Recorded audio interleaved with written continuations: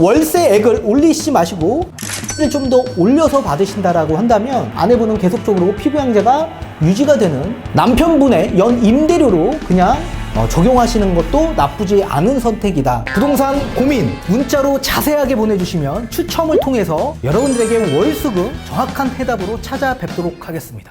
뒷번호 9513님께서 보내주신 부동산 고민입니다. 이경민 대표님 귀한 영상 항상 잘 보고 있습니다. 저번 건강보험료 강의 보고 저희 내용도 보내봅니다. 제 명의의 한강타운 거주 중에 있으며 공동명의인 목동 롯데캐슬 위너 24평은 전세 6억에 주고 있습니다. 5년 전에 매수해서 8년 임대 등록되어 있고요. 작년에 아내 명의로 영등포 구청 쪽에 빌라를 구입해서 5천에 80만원 월세를 받고 있습니다. 전부 임대 등록했습니다. 종부세 때문에 아내 명의로 했는데 아내가 제 피부양자로 있어 혹시 탈락될까봐 걱정이네요. 그리고 소득세도 발생될까요? 이렇게 보내주셨네요. 전문가님 답변 부탁드리겠습니다.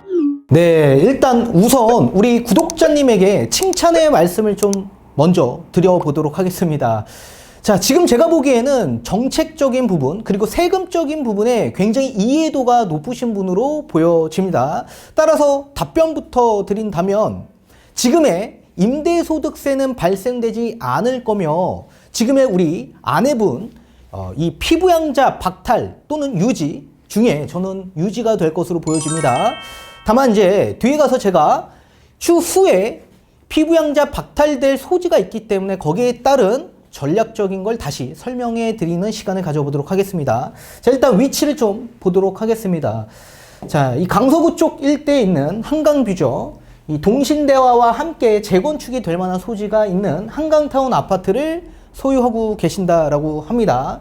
그리고 좀 더 밑으로 내려오면 이 등촌역과 염창역 일대 목동 롯데캐슬 위너 아파트를 또 공동 명의로 함께 보유하고 계신다라고 합니다. 그리고 또 영등포 쪽 일대 다세대 주택을 취득한 것으로 보여집니다. 그래서 작년에 취득을 했기 때문에 이제 이번 5월 달에 소득세 신고뿐만 아니라 납부 대상자가 될 수 있기 때문에 반드시 여러분들도 함께 계산을 해보셔야 될 것으로 보여집니다.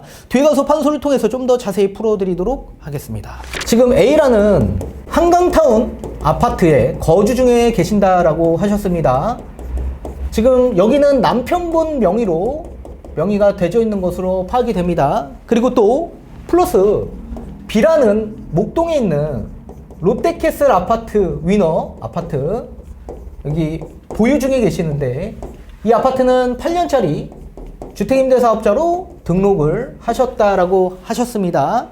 자, 여기는 공동 명의로 되어 있고 전세가 지금 현재 한 6억 정도의 전세를 주고 계신다라고 하셨습니다. 또 여기에 플러스 작년에 C라는 영등포에 있는 다세대 주택을 취득을 하셨고 10년짜리 장기 일반 민간임대주택으로 등록을 하셨다라고 하셨습니다. 그리고 월세는 현재 보증금 5천에 70만 원의 월세를 받고 계시고 아내분 명의가 되어 있다라고 하셨습니다. 자, 제가 앞전에 칭찬의 말씀을 드렸던 가장 큰 이유가 지금 우리는 3주택이지만 종부세에 대한 걱정이 지금 없는 상태입니다. 자, 가운데 있는 목동 롯데캐슬 이거 5년 전에 취득을 하셨기 때문에 아마도 주택임대사업자 그 당시에 8년짜리로 등록을 하셨다면 종부세에 대한 합산배제를 받으실 수가 있으십니다. 따라서 이 B라는 아파트는 종부세 계산할 때 주택수에서 제외가 돼서 이 A와 C만 계산하면 되는데 인별과세이기 때문에 남편과 아내 각각 공시가격 6억씩 공제가 되는 상황이기 때문에 종부세가 나오지 않는 구조가 형성이 돼버렸습니다. 그래서 정말 잘했다라고 제가 말씀을 드렸고 이제 종부세만 걱정하셔야 되는 게 아니라 우리는 3주택이기 때문에 제가 뭐라 그랬죠? 3주택 이상부터는 주택 임대소득세를 계산하셔야 된다라고 말씀을 드렸습니다. 자, 이 주택 임대소득세 중에 여러 조건을 우리가 따져봐야 될 텐데 그 요건을 좀 알아봐야 됩니다. 첫 번째는 주택수를 판정할 때 부부 합산으로 주택수를 합산하고요. 다만 세금을 계산할 때 이 세금은 부부 합산이 아니라 인별과세입니다. 이 종부세처럼 각각 계산을 해야 된다는 얘기입니다. 자, 그리고 임대료가 합산돼서 이 세금을 내야 되지 않겠습니까? 이 합산하는 데 있어서 단독 명의로 되어 있다면 굉장히 편하겠죠. 본인 명의로 되어 있는 것만 임대료 합산해서 계산하면 되는데 공동 명의로 되어 있는 분들이 있을 수 있습니다. 그러면 이분들은 어떻게 계산해 줘야 되냐라고 했을 때 첫 번째는 지분이 가장 크신 분, 그분에게 임대료가 합산이 되는 겁니다. 자, 따라서 지분도 우리가 몇 퍼센트로 나눌 수 있지 않습니까? 예컨대 5대5면 지분이 동일하겠죠? 근데 5대5가 아닌 6대4일 경우에 60% 적용되는 분은 지분이 가장 크신 분이겠죠? 그분에게 임대료가 합산이 되는 겁니다. 근데 반대로 또 우리 구독자님이 몇 퍼센트인지는 모르겠지만 보통은 5대5, 50%, 50%로 지분율이 동일합니다. 이렇게 지분이 동일할 경우에는 각각 지분율에 따라서 나눠지거나 또는 부부 합의로 한 분에게 임대료가 합산이 되는 겁니다. 잘 아셔야 될 것 같고, 두 번째, 이 비과세 기준을 잘 따져보셔야 됩니다. 비과세 기준. 이 비과세 기준에 있어서는 피부양자가 박탈될 수 있는지 아니면 유지될 수 있는지를 알아보는 기준이라고 보시면 좋을 것 같고요. 자, 이 기준은 주택임대사업자 등록하신 분들 가운데서는 연 임대료가 약 1,000만 원 이하로 발생이 돼야 된다. 그러면 비과세를 받을 수 있기 때문에 피부양자가 유지가 됩니다. 자, 그런데 만약에 주택임대사업자를 등록을 했는데 연 임대료가 1,000만 원을 넘어섰다라고 한다면 세금이 발생되기 때문에 사업 소득으로 발생이 되는 겁니다. 따라서 피부양자가 박탈된다. 자, 주택임대사업자를 등록하지 않는 미등록자도 있을 수 있겠죠. 이분들은 연 임대료가 400만 원 이하로 발생이 돼야지만 비과세를 받을 수 있습니다. 따라서 400만 원 이하로 연 임대료가 받아야지만 피부양자가 유지가 되는 거고, 400만 원이 넘어가면 과세, 세금이 나오는 구조이기 때문에 피부양자가 박탈이 된다. 반드시 2번 사항을 잘 여러분들 숙지하셔야 됩니다. 그리고 세 번째, 1거주자에게는 3억이 공제가 됩니다. 자, 우리 전세를 주고 있는 또는 이 월세 중에 보증금을 주고 있는 금액에서는 이제 3억이 공제가 됩니다. 이 3억이 공제가 되는데 쉽게 예를 들면 남편이 있고요, 아내가 있습니다. 자, 이럴 경우에 통합해서 3억이 공제가 되는 게 아닙니다. 남편은 1거주자로 보기 때문에 단독으로 보고, 또 아내도 마찬가지 단독으로 보는 겁니다. 인별과세라고 했죠. 그러면 각각 3억씩 공제가 되고요. 공동명의 같은 경우에도 마찬가지입니다. 공동명의는 단독으로 봅니다. 따라서 공동명의의 보증금 합산해서 3억이 공제가 된다. 그럼 각각 3억씩 공제가 되기 때문에 여러분들 이제 전세를 주고 계신 분들 가운데서는 반드시 명의를 각각 하고 공동명의도 각각, 지금 우리 구독자님처럼 이렇게 하시는 게 가장 이상적인 방향이다. 근데 이제 거주하는 주택은 이제 포함이 되지 않기 때문에 여기에 만약에 주택을 한 채를 더 매입할 경우에는 남편분 명의로 하시는 게 사실 공제받는 데 있어서 가장 이상적인 방향일 수 있겠죠. 근데 종부세랑 같이 계산을 해봐야 되기 때문에 잘 따져보셔야 됩니다.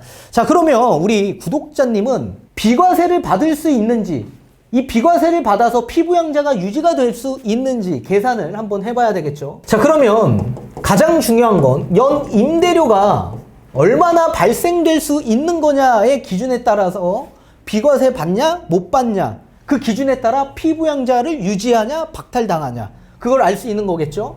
자, 우선 B를 한번 보도록 하겠습니다. B. 자, B에 전세 보증금 6억이 있죠.